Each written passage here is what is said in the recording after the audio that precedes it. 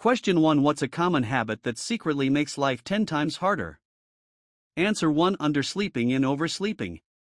Answer 2. Waiting for the right moment to do what you want, not doing anything alone, and putting off the things you want to do until people will join you in doing them. Answer 3. Perfectionism. Answer 4. Not getting enough sleep. Absolutely everything is made worse when you're constantly tired. Answer 5. Scrolling on your phone right after you woke up. Answer 6. Lying and procrastination. Answer 7. Pretending you can multitask.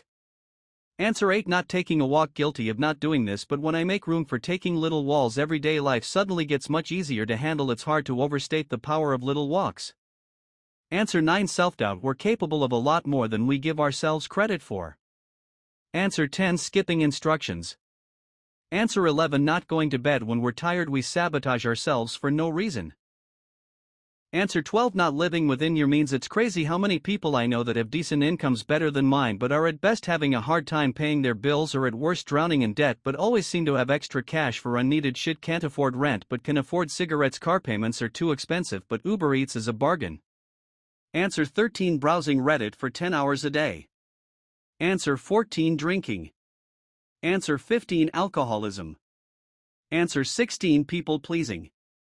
Answer 17. Wanna feel bone tired for no damn reason. Skip the sun for most of your life like a dedicated little vampire. Drag yourself through the day praying for a nap, then finally cave and get blood work done. Vitamin D 13.2. Doctor slaps you with a megadose of vitamin D for 3 months. You take it, suddenly energy, motivation, the will to live. Edit. No jokes, I have only taken it twice now, 2 weeks, and I can already feel a difference. Answer 18. Doom scrolling. Answer 19. Ignoring your health. It's harder to fix most things than to prevent them. Answer 20. Believing what you see on social media is real. Question 2. What major company do you genuinely believe won't exist in 20 years? Answer 1. Nissan has been on life support for the last 10 years. The recent merger with Honda seems to have fallen through, which looks like they are on the path to extinction. Answer 2. Here in Australia, I guess Target got bought out by Kmart and they've recently changed all their homewares and toys to the same cheap Kmart brands. Yes, we live in alternate universe where Kmart is super fucking popular and trendsetter in decor. As someone who grew up in America during Kmart's demise, it's just as weird to me. Answer 3. JCPenney. Answer 4. Dish Television. Answer 5. Office Depot and Staples have been circling the drain and trying to buy each other merge for more than 10 years. Definitely one of them is gone pretty soon, or else Amazon just absorbs them both. Answer 6. Etsy refusing to actually enforce the rules that their brand is known for. Small-scale handmade will kill them as they become yet another place for dropshippers. Answer 7. I think one of the American TV networks will close up shop, or rather 2 of them will merge. Answer 8. Walgreens. They've been bought up by a private equity firm. Now that firm is going to strip them for parts. They're already closing stores and they weren't doing great before the buyout. They'll be lucky to last 5. I'm not sure if they can make it past 10. Answer 9. I hesitate to guess. I grew up with Sears, Montgomery Ward and JCPenney's as the biggest retailers in the country. Now they're mostly extinct. Walmart was the biggest retailer in the world when I left my job at Sears for one with more consistent pay, not commissions. The Kmart merger was promised to push Sears Holdings into the top 3 retailers to compete with Walmart and Home Depot on equal footing. Amazon was only an online bookstore at the time. Wow, how quickly things changed. Answer 10. Quiznos. From a couple thousand a decade ago down to less than 150. There's one about a mile by my house that only exists thanks to SpaceX. Hawthorne. The SEC, they leave that franchise does with it. Answer 11. Best Buy. Honestly amazed they still exist. Whenever I go there, there's usually no customers and it's just sad. No way it lasts another 20 years. Maybe it will still exist, but it will only be online, no more physical stores. Answer 12. Went to Sears lately, totally depression and every employee was checked out. Answer 13. The novelty of dollar stores has completely worn off now that they no longer actually sell anything for $1. Answer 14. I keep saying Airbnb to friends. Their whole model started off good for them as a differentiated product, but as fees went through the roof and as regulation has started to kick in, their margins aren't the same. Their company also started in a very low interest rate environment and grow their way to success. I don't think that's the case anymore. Their stock price has stagnated ever since their IPO.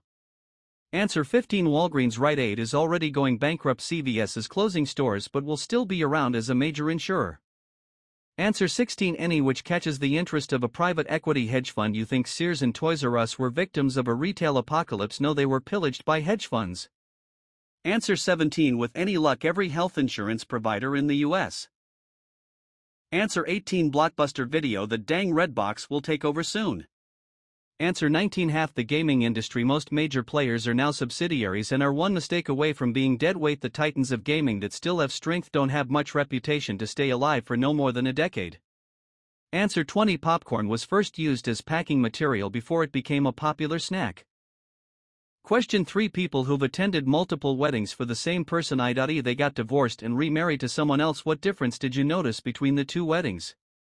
Answer 1. My sister has been married 4 times. First wedding was right out of high school sweetheart deal, kind of an off-the-cuff event for 2 dumb teenagers before her new husband went off to become a Navy SEAL. Second wedding several years later was a shotgun deal, hippie vibes at a cabin in the woods with my 6-month-old niece playing the part of her parents' flower girl. Third wedding was this massive over-the-top lakeside country club shindig, like she was trying to prove a point.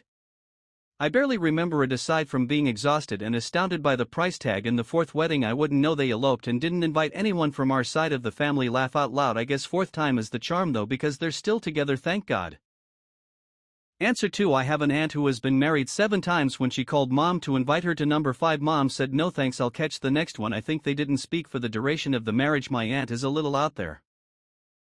Answer 3. Wedding number 1. I was friends with both the bride and groom. The wedding was very fancy and elaborate. The ceremony was at the Venetian in Vegas. We spent several days there doing wedding festivities and activities with family and friends. I was in the bridal party. The bride's dress was a bejeweled ball gown. Hair and makeup were done at the hotel spa. Professional photographer booked for the day. The works, the reception and dinner were at a fancy Italian restaurant and we traveled there in a limo. They got annulled 3 months later. Wedding number 2. Same groom, different bride. The ceremony and reception were at a community center. All of the decorations were homemade. The bride's dress was a simple strapless dress. She wore her hair back and no makeup. The food was catered by a local Chinese restaurant and we were encouraged to take home leftovers in a Ziploc baggie. They just celebrated their 15th anniversary.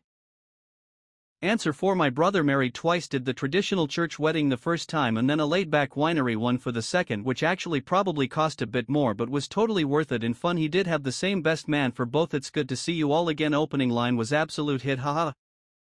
Answer 5. My cousin's first wedding was a massive blowout at a fancy winery with an open bar, fancy catering, tons of flowers. The words, he's a blue-collar worker and went into debt to pay for it because the bridge and her family insisted, despite not being particularly wealthy themselves. Surprise, she always wanted to live outside their means and didn't think she has to contribute financially. Lasted about 2 years. His second wedding was at his hometown church. A friend officiated the 20-minute ceremony and bride and groom wore thrifted outfits. His new wife's family cooked all the food for the reception in their backyard and the two of them have been going strong for over 2 decades now.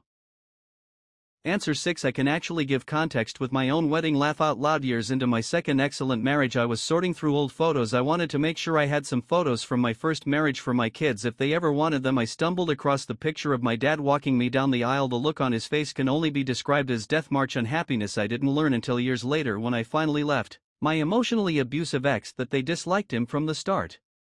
Curious, I pulled out the wedding album from my second wedding, a beautiful but chill backyard affair at our big country farm. The look on my dad's face while walking me down the aisle at that wedding is best described as woohoo, this is awesome, the things we only see in hindsight. Answer 7. My sister marriage 1. Normal guy, Dr. Simple wedding. Marriage 2. Billionaire huge wedding. 2. State governors attended. Marriage 3. Gun nut edit. 1. Later divorced, remarried, shot new wife, kid himself. Marriage 4. Looks like it will be a normal guy again, edit. 3. A different normal guy from marriage 1. I'm expecting a pretty minimal wedding for those who asked. I'm probably not perfect on these durations, but marriage 1 lasted about 3 years. Marriage 2 less than a year. Marriage 3 about 10 years. She didn't bounce from marriage to marriage immediately, so she is in her 60s now. I expect 4 will be her last marriage, edit. 2. Now I feel like I should do an AMA about this. Answer 8. My cousin had her first wedding at an exclusive yacht club in Greenwich, Connecticut. There were over 500 guests, black tie, formal, 3 bands, 4 massive tents and an incredible fireworks extravaganza. At the end of the night cost about $500,000. Marriage lasted less than 5 years. Her second wedding was a barbecue in the backyard, 60 guests, pool attire, hot dogs and burgers. That wedding was over 15 years ago and they seem to be really happy. Answer 9. My sister's first wedding, church wedding dress and tuxes, bridesmaids and groomsmen, all that jazz. Second wedding, bridegroom, 2 witnesses, me and her best friend. Third wedding, small event with about 40 people tops. That feeling of love in the room was palpable. Best wedding I've ever been to. Answer 10. My first marriage was a lot budget church affair, lasted 5 years, no kids. Thankfully I got married a second time. We got married at the courthouse on our way to her family reunion with only our eldest, not mine by blood but he is my kid, Barnett, in attendance. My wife was not married previously. We celebrate anniversary number 17 this past Thursday. Added 2 more boys to the family early on too. Answer 11 Bride's side 1 Pompa Magna whole day of festivities. Their divorce included how the expenses of the marriage had to paid off 2 city hall 60 people or less still married 8 years later. My guess is that she was in love with love, barely any experience outside the school university route. They were not ready for adulthood, let alone marriage. Answer 12 My cousin has been married 4 times. I love her, but it got exhausting. The first one we took very seriously, the second one we treated more like a family party get together, the third one we all got absolutely hammered on champagne. They left disposable cameras on the tables for people to capture special moments that they'd later develop and put into a wedding scrapbook. My wife and some other cousins and I took the cameras into the bathrooms and tool pictures of each other's asses. I don't even remember the fourth one. I think they must have gone to the courthouse. Answer 13 A lot depends on the other person getting married. I went to one second wedding that was super tiny, just simple, a small group. Both had been married before. I went to another one where the guy was getting married the second time but the bride the first, so it was just as big and fancy as any other wedding because it was her first. Answer 14 My sister had 2 weddings because she got divorced at her first wedding. We stayed up late wrapping roses in burlap and they showed up an hour late to their own wedding reception at the second one. I thankfully didn't have to be in the party, and my dad made a speech that was all about how she was the last one to get married, as if she had never been married at all before. My uncle, who was getting as drunk as a potato in a vodka, still kept giggling and suggesting to me that we start all speeches with "It's great to see everyone again." Answer 15 Once I was a guest, next time I was the groom. Answer 16 Knew someone married 3 times. Wedding 1 Full lavish affair, lots of money thrown around. Wedding 2 More reasonably priced, less flowers, decorations, stuff like that. Wedding 3 Courthouse with a few witnesses. Her reason for the financial decline, her words, her father refused to pay any more money for a wedding. Answer 17 I can answer this as a woman married twice. The biggest difference was that I actually liked the individual I was marrying the second time around. Don't marry the kid you meet at 16 thinking you can change him. It did not work out well for me. Answer 18 Marriage 1 Groom was shifty as hell. Turns out he was using her for his green card and he turned out to be gay too. That one smarted for my friend. Marriage 2 Getting married because she got knocked up. He unsurprisingly turned out to be a deadbeat. Marriage 3 Maybe she hit the jackpot with a nice guy this time. So far so good. Answer 19 I attended both of my cousins' weddings to 2 different guys about 6 years apart. Honestly there wasn't much difference except one had a lot more kids than the other. LOL. Answer 20 The second one had an absolute banger of a reception. The first was snoozefest. Question 4 What person deserves a massive apology from everyone? Answer 1 Ignaz Semmelweis, the 19th century physician who championed fellow doctors washing their hands to reduce patient mortality. His colleagues defiantly resisted his attempts to win them over. He was eventually committed to a mental institution where he died. Answer 2 The lady who lost her baby to a dingo. Imagine losing your baby, being accused and jailed, and society mocking you. Devastating. Answer 3 The Asian kid the cops handed back to Jeffrey Dahmer. Answer 4 The woman who sues McDonald's for burning her with hot coffee. She was horribly inured to the point that her labia fused together into her thigh because the coffee was insanely extremely hotter than it should have been, and she only sued to have her extensive medical bills paid. And then her horrific experience got turned into a massive joke and a symbol for the overly litigious American, which was not. Answer 5 The school janitor, the one quietly cleaning up after our chaos while we raced out the door, never once thinking to say thank you. Answer 6 The guy who Reddit armchair detectives falsely accused of being the Boston Marathon bomber. Answer 7 Richard Jewell, even after having tons of evidence to the contrary, the FBI destroyed his life and publicly accused him of being the Olympic bomber. He lost his job, family, and had to go into hiding. He eventually got a settlement, but once you are accused of something like that you never really get clear. Answer 8 Courtney Stoughton, her parents allowed her to marry a 51-year-old actor named Doug Hutchinson when she was only 16. She was dragged on multiple talk shows, had her breast examined on live TV to determine whether she had implants, called a slut and horrible names when in reality she was a child being sexually abused right in front of America, and no one did anything about it. Answer 9 Not alive anymore, but Sinead O'Connor, her career went tits up due to her publicly speaking out against the Catholic Church for sex abuse in the 1990s. Years later we all find out she was absolutely correct and had every justification for the stance she took publicly. Answer 10 Alan Turing, massive contributions to code breaking and computing that saved tens of thousands of lives, probably more than persecuted after the war for being gay. Answer 11 Monica Lewinsky. Answer 12 British postmasters falsely and in some cases knowingly falsely what the F accused of embezzlement, some of who offed themselves and others shamed and forced to pay back debts they didn't actually owe. Answer 13 Alan Turing.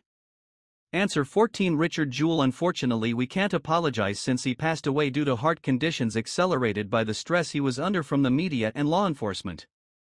Answer 15 Rudy Bridge. She's only about 65. Answer 16 The girls who were raped and sexually exploited by Epstein and his unknown friends. The world did not care until now. Answer 17 People kind of thought Topher Grace was a Hollywood jerkass for cutting contact with the cast of that 70s show after he left. Turns out he had a good reason for not wanting to associate with them. Answer 18 Everyone who suffered because of the fear and ignorance surrounding AIDS in the 1980s. Answer 19 Clippy from Microsoft Word. All he wanted was to help and we treat him like a home invader. Answer 20 Britney Spears.